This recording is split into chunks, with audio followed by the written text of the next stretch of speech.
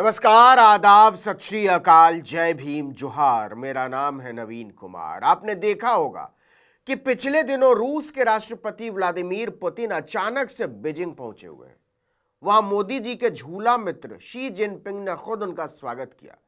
दोनों के बीच लंबी बातचीत हुई, कई दौर की। तो क्या पुतिन जिनपिंग के साथ लूडो खेलने गए थे?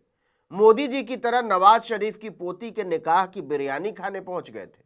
जिनपिंग और पुतिन की इस मुलाकात ने पूरी दुनिया को हिला दिया है, क्योंकि अब खबर आ रही है कि रूस परमाणु हमले की तैयारी कर रहा है। आप जानते ही हैं कि रूस यूक्रेन युद्ध को 2 साल से ज्यादा हो चुके हैं और अभी भी दोनों में से कोई भी देश पीछे हटने को तैयार नहीं है। फलस्तीन पर इजराइल के हमले की वजह से दुनिया का ध्यान थोड़ा इधर से हटा जरूर था, लेकिन अब सबकी नजरें पुतिन के अगले कदम पर टिक गई हैं, क्योंकि उन्होंने अपने सैन्य ताकत का ऐसा प्रदर्शन किया है कि पश्चिमी देश कांप उठे हैं। आप हैरान रह जाएंगे कि रूस ने अपने परमाणु जखीरे के साथ युद्धाभ्यास किया है। यही नहीं, रूस ने एक सैटेलाइट भी लॉन्च किया है। यूक्रेन युद्ध के बाद पहली बार पुतिन ने पश्चिमी देशों को खुले में अपनी मिलिट्री पावर दिखाई है। इस अभ्यास में उसने अमेरिका तक वार करने की पहुंच रखने वाली यार्स न्यूक्लियर मिसाइल को भी शामिल किया। इसने दुनिया को चिंता में डाल दिया है, क्योंकि सबको पता है कि पश्चिमी देशों के साथ रूस के रिश्ते कितने बड़े तनाव से गुजर रहे हैं। ऐसे में अपने परमाणु शस्त्रागार का खुला प्रदर्शन कोई मजाक नहीं हो सकता। तो क्या रूस ये संदेश देने की कोशिश कर रहा है कि अब हमारा धैर्य जवाब दे रहा है? क्योंकि अपने परमाणु बेड़े का उसने ऐसे समय में प्रदर्शन किया है जब रूस के एक बहुत बड़े नेता ने बयान दिया है कि अमेरिका आग से खेल रहा है और वो इससे बाज आए। और इस बयान के बाद रूसी रक्षा मंत्रालय पश्चिमी रूस के योशकारोला में हुए युद्धाभ्यास की तस्वीरें जारी करता है। इन तस्वीरों में मिसाइल यूनिट्स को रूस के शहरों की सड़कों पर युद्धाभ्यास करते देखा जा सकता है। जमीन से हवा में मार करने वाले इन मिसाइल यूनिट्स के साथ रूस ने बहुत सारे अभ्यास किए। हालांकि रूसी रक्षा मंत्रालय ने इस अभ्यास के सही लोकेशन की जानकारी नहीं दी है। इस अभ्यास के दौरान रूसी सेना ने महाविनाशकारी रॉकेट को छिपाने और हमले से बचाने की कई तरकीबों का प्रदर्शन किया। इसके साथ ही सेना के स्ट्रेटेजिक मिसाइल बलों की यूनिट्स ने ऑटोमेटिक लॉन्चरों की स्थिति बदलने का भी अभ्यास किया। यह अभ्यास इस आशंका के बावजूद हो रहा है कि ऐसे उकसावे से यूक्रेन युद्ध के कारण रूस का तनाव पश्चिम के साथ बढ़ सकता है।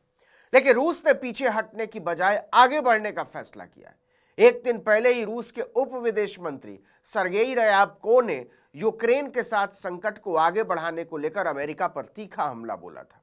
रूसी न्यूज एजेंसी तास को दिए गए एक इंटरव्यू में उन्होंने कहा कि हम चेतावनी देते हैं, अमेरिका आग से खेल रहा है। वो लंबे समय से रूस के साथ एक अप्रत्यक्ष युद्ध में है और अब उसे इसके गंभीर नतीजे भुगतने के लिए तैयार रहना चाहिए। रायबको ने आगे कहा कि ये महसूस नहीं कर पा रहे हैं कि वो अपने जियोपॉलिटिकल फायदों के लिए एक ऐसे चरण में पहुंच रहे हैं जिसमें जो हो रहा है उसे नियंत्रित करना और रोकना मुश्किल हो जाएगा।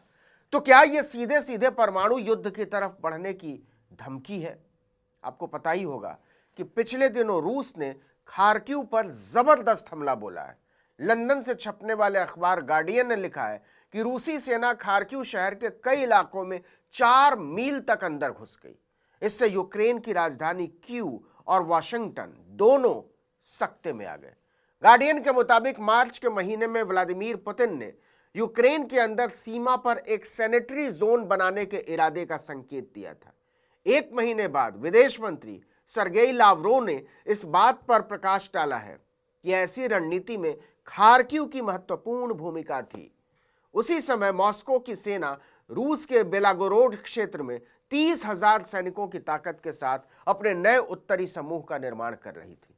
पिछले दिनों खार्किव के गवर्नर ने भी कहा था कि बड़ी संख्या में रूसी सेना देखी गई है और सुबह 5 बजे यानी पौ फटने से पहले लगभग 10,000 सैनिकों के 2 बेड़े खार्किव में घुसते चले गए। इस हमले की पश्चिमी देशों ने कड़ी आलोचना की थी। इसी के बाद पुतिन ने युद्धाभ्यास तेज कर दिया है। युद्ध में रूस की क्षमताओं को और ज्यादा बढ़ाने के लिए पुतिन ने जासूसी सैटेलाइटों को भी लॉन्च किया। रूस की टॉप सीक्रेट सैटेलाइट को 17 मई को देश के उत्तर में कॉस्मोड्रोम से सोयुज 2.1 रॉकेट से लॉन्च किया गया। लेकिन जिस घटना ने पश्चिमी देशों के माथे पर पड़ लाद दिया है वह है यार्स मिसाइलों का प्रदर्शन। ये मिसाइलें रूसी रणनीतिक परमाणु बलों की जमीनी इकाई का अहम हिस्सा हैं। ये मिसाइलें 12,000 किलोमीटर दूरी तक मार कर सकती हैं। इसका मतलब यह हुआ कि रूस यूरोप से लेकर अमेरिका तक परमाणु हथियार पहुंचा सकता है। तो क्या दुनिया परमाणु युद्ध के मुहाने पर खड़ी है या फिर यह सिर्फ रूस की धमकी है? जो भी हो, लेकिन इसे नजरअंदाज करके चलने की भूल कोई नहीं कर सकता, अमेरिका भी नहीं। इस वीडियो में इतना ही, लेकिन अगर आपने आर्टिकल 19 इंडिया को अब तक सब्सक्राइब नहीं किया है तो फौरन कीजिए, बेल आइकॉन दबाइए, घंटी जैसी आकृति, लाइक कीजिए और कमेंट करके बताइए हमारा वीडियो आपको कैसा लगा। यूट्यूब पर देख रहे हैं तो हमारे चैनल को सब्सक्राइब कर दीजिए। हमारा ट्विटर हैंडल है article19_India और मेरा ट्विटर हैंडल नवीन जर्नलिस्ट। नमस्कार।